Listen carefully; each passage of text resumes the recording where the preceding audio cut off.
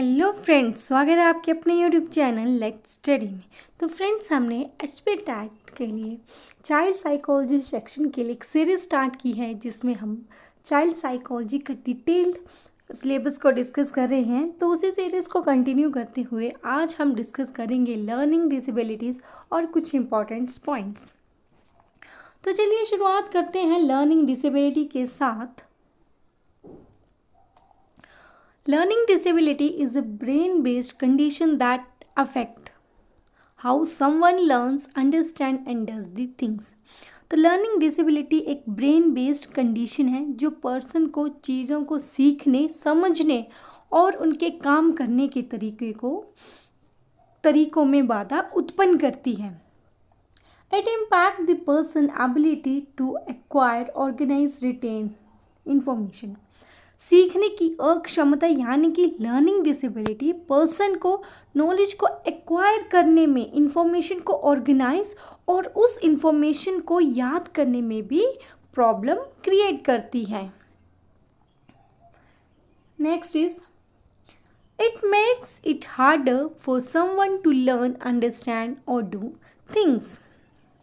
Learning disability के कारण चीज़ों को सीखना, समझना और उसे परफॉर्म करना कठिन हो जाता है। It reduce the intellectual ability and difficulty with the everyday activities.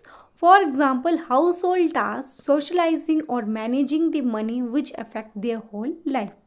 तो लर्निंग डिसेबिलिटी के कारण आपकी बौद्धिक क्षमता में भी कमी आ जाती है, यानी कि आपकी इंटेलेक्चुअल एबिलिटी भी रिड्यूस हो जाती है और इसके कारण आपको डेली लाइफ एक्टिविटीज़ को परफॉर्म करने में भी प्रॉब्लम आती है। तो चलिए अब हम इसको एग्जाम्पल से समझते हैं कि लर्निंग डिसेबिलिटी के कारण आपकी जो डेली लाइफ एक्टिविटीज़ हैं वो कैसे प्रभावित होती है। फॉर एग्ज़ाम्पल, आपकी लर्निंग डिसेबिलिटी है कि आपको नंबर्स का ज्ञान नहीं है, आपको यानी कि आपका मैथ्स बहुत वीक है। इतना वीक है, मान लीजिए कि आप शॉप में गए और आपने 70 रुपीज़ का सामान ख़रीदा और आपने शॉपकीपर को 20 रुपीज़ का नोट दे दिया और आपको ये ज्ञान नहीं है, ये नॉलेज नहीं है कि आपको कितने पैसे जो वो वापस आएंगे। तो आपको पैसे 130 रुपीज़ आएंगे और शॉपकीपर ने आपको गलती से 100 रुपीज़ का नोट दे दिया। तो आप क्या करोगे? चुपचाप वहाँ से चले आओगे, क्योंकि आपको नंबर्स का नॉलेज नहीं है कि मुझे कितने पैसे वापस आने हैं। तो बोलने का मोटिव ये है, बोलने का मतलब ये है कि लर्निंग डिसेबिलिटी आपकी डेली लाइफ की एक्टिविटीज़ को परफॉर्म करने में प्रॉब्लम यानी कि एक बाधा उत्पन्न करती है। चलिए next is some types of the learning disabilities are, कि लर्निंग डिसेबिलिटीज़ के कुछ टाइप्स हैं जिन्हें हम वन बाय वन डिस्कस करेंगे। तो जैसे लर्निंग डिसेबिलिटीज़ के टाइप हैं dyslexia, dysgraphia, dyscalculia, dyspraxia, dysphagia, attention deficient hyperactivity disorder, autism spectrum disorder. तो चलिए इन्हें हम डिस्कस करेंगे वन बाय वन। तो हम शुरुआत करने जा रहे हैं फर्स्ट डिसेबिलिटी के साथ, और फर्स्ट डिसेबिलिटी है डिसलेक्सिया। तो dyslexia is a reading disability. Dyslexia एक पढ़ने संबंधित विकलांगता है, यानी ये एक लर्निंग डिसेबिलिटी है। It makes hard to read and do the language related task. तो रीडिंग डिसेबिलिटी ऐसी डिसेबिलिटी है जिसमें आप किसी भी चीज़ को पढ़ नहीं पाते हो। तो डिसलेक्सिया के कारण आपको पढ़ना और भाषा संबंधित कार्य करने में प्रॉब्लम आती है। Next is dysgraphia. Dysgraphia is a writing disability that makes it hard to turn the thoughts into the written language. तो डिस्ग्राफिया एक लेखन संबंधी विकलांगता है, यानी ये एक राइटिंग डिसेबिलिटी है जिसके कारण आपको अपने थॉट्स को लिख कर एक्सप्रेस नहीं कर पाओगे। फॉर एग्ज़ाम्पल, आपके टीचर्स ने बोला कि आप सभी स्टूडेंट्स इन्वायरमेंट पोल्यूशन पर, यानी पर्यावरण प्रदूषण के बारे में अपने अपने थॉट्स लिखिए। अगर आपको मान लीजिए क्या है, डिस्ग्राफिया है, तो आप ऐसे नहीं लिख पाओगे, आप अपने थॉट्स को लिख के एक्सप्रेस नहीं कर पाओगे, क्योंकि आपको लेटर्स का नॉलेज नहीं है कि कैसे चीज़ों को लिखा जाता है। तो बोलने का मतलब ये है कि अगर आपको डिस्ग्राफिया होगा तो तब आप अपने थॉट्स को लिख कर एक्सप्रेस नहीं कर पाओगे। Next is dyscalculia. Dyscalculia is a math disability that makes it hard to understand the number based information.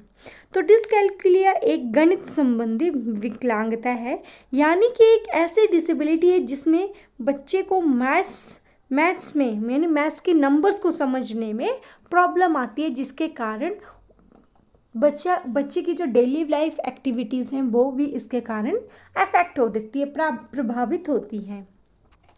Next is dysphagia, या इसे अफेजिया भी बोलते हैं। It is a difficulty with the language.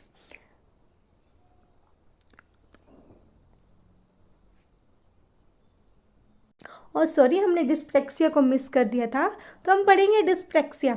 डिस्प्लेक्सिया makes hard to plan and coordinate the movement including fine motor skills like writing and gross motor skills like balance and the coordination.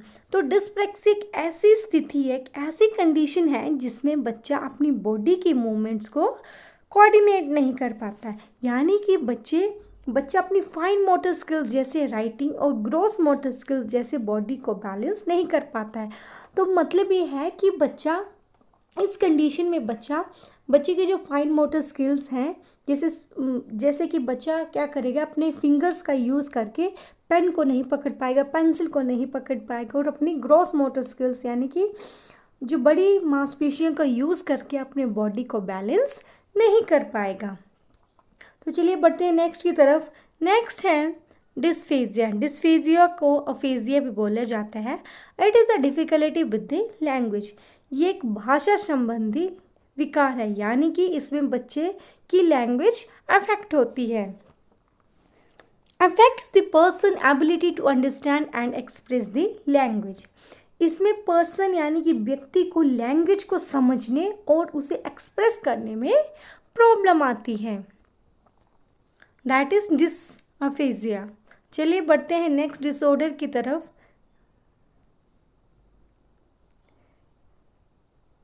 Next is the attention deficient hyperactivity disorder. It can affect the person's ability to focus, be still and control their impulse. ये एक developmental disorder है। Attention deficient hyperactivity disorder ये एक developmental disorder है।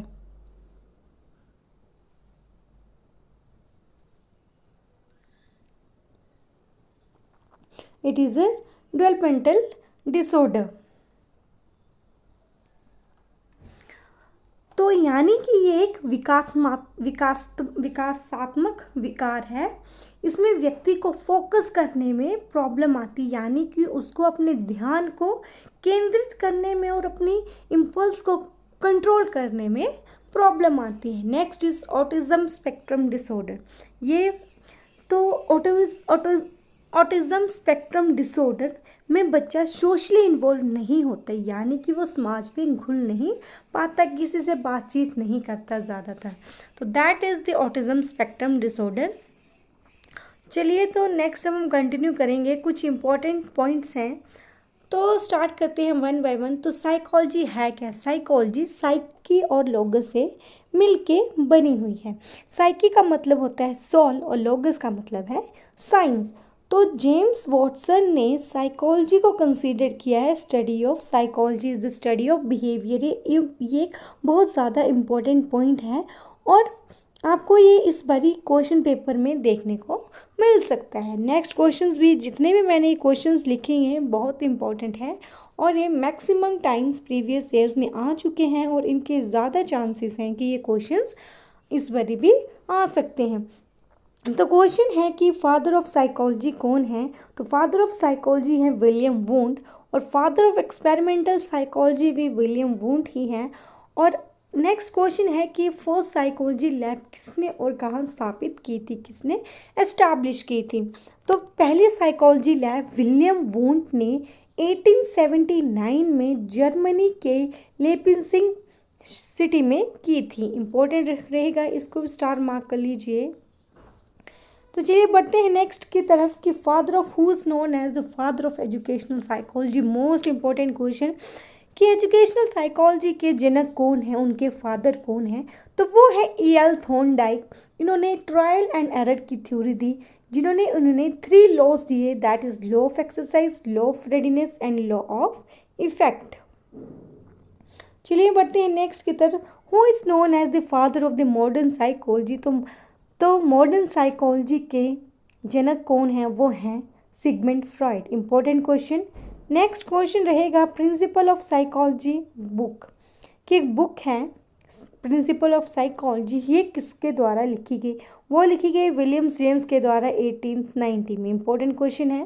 Next question is ink ball test किसने दिया और ये टेस्ट क्या एसेस करता है। तो इंक बॉल टेस्ट रोशर ने दिया गया और इस टेस्ट के ज़रिए इंडिविजुअल की पर्सनालिटी को असेस करते हैं। नेक्स्ट क्वेश्चन बहुत ही इंपॉर्टेंट है। क्वेश्चन है कि क्वेश्चनरी मेथड किसने इन्वेंट किया। तो वो इन्वेंट किया फ्रांसिस गैल्टन ने। नेक्स्ट क्वेश्चन है कि टैट क्या है, what is TAT। Important question रहेगा। TAT stand for the thematic apperception test. ये टेस्ट हेनरी म्यूरे और द डी मॉर्गन ने दिया, जिससे हम पर्सन की स्ट्रेंथ, उसकी पर्सनैलिटी को एसेस कर सकते हैं। नेक्स्ट इज कि साइको एनालिटिक थ्योरी या फिर साइकोसेक्सुअल थ्योरी किसने दी है। ये अभी हमने प्रीवियस वीडियो में ही स्टडी किया है सिगमंड फ्रॉइड की थ्योरी, तो आप इस थ्योरी को वीडियो में चेकआउट कर सकते हैं। तो बोला कि सिगमंड फ्रॉइड ने थ्योरी में उसने 3 फेजेस दिए, 3 स्टेजेस दिए, id, ego and the superego. Id pleasure principle के ऊपर बेस्ड है और ईगो रियलिटी के ऊपर और सुपर ईगो मोरालिटी के ऊपर बेस्ड है। तो ईद यानी कि ईद में क्या, बच्चे को और कुछ फ़र्क नहीं पड़ता, उसे सुख चाहिए। और ईगो मतलब ये रियलिटी के साथ डील करते हैं, सुपर ईगो मोरालिटी के ऊपर बेस्ड है। फॉर एग्जांपल ईद, ईगो और सुपर ईगो मैं आपको एग्जांपल देती हूँ।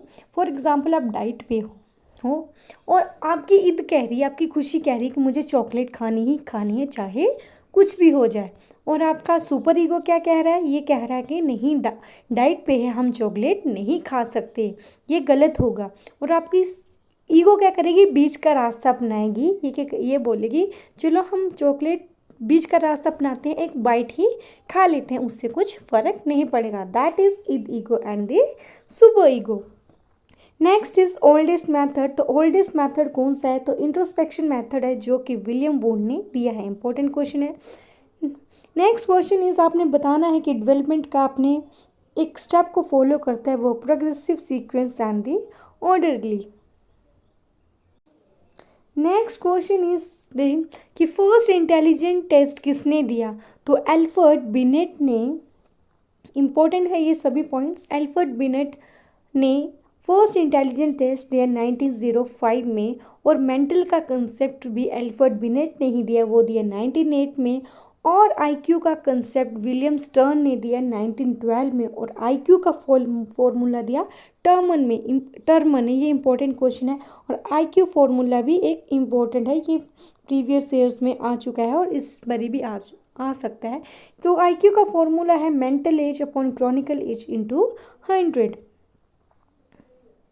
चलिए नेक्स्ट है कि यूनिफैक्टर थ्योरी किसने दी। यूनिफैक्टर थ्योरी बिनेट ने दी। और 2 फैक्टर थ्योरी स्पीयरमैन ने दी। और ट्रायर की थ्योरी दी है हमारे स्टर्नबर्ग ने।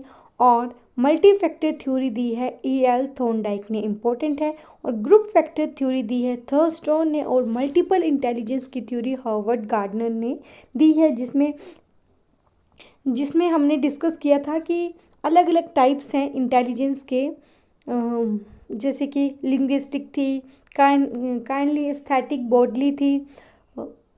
इस तरह की हमने इंटेलिजेंस को स्टडी किया था वीडियो में, तो आप उस वीडियो को भी चेकआउट कर सकते हो।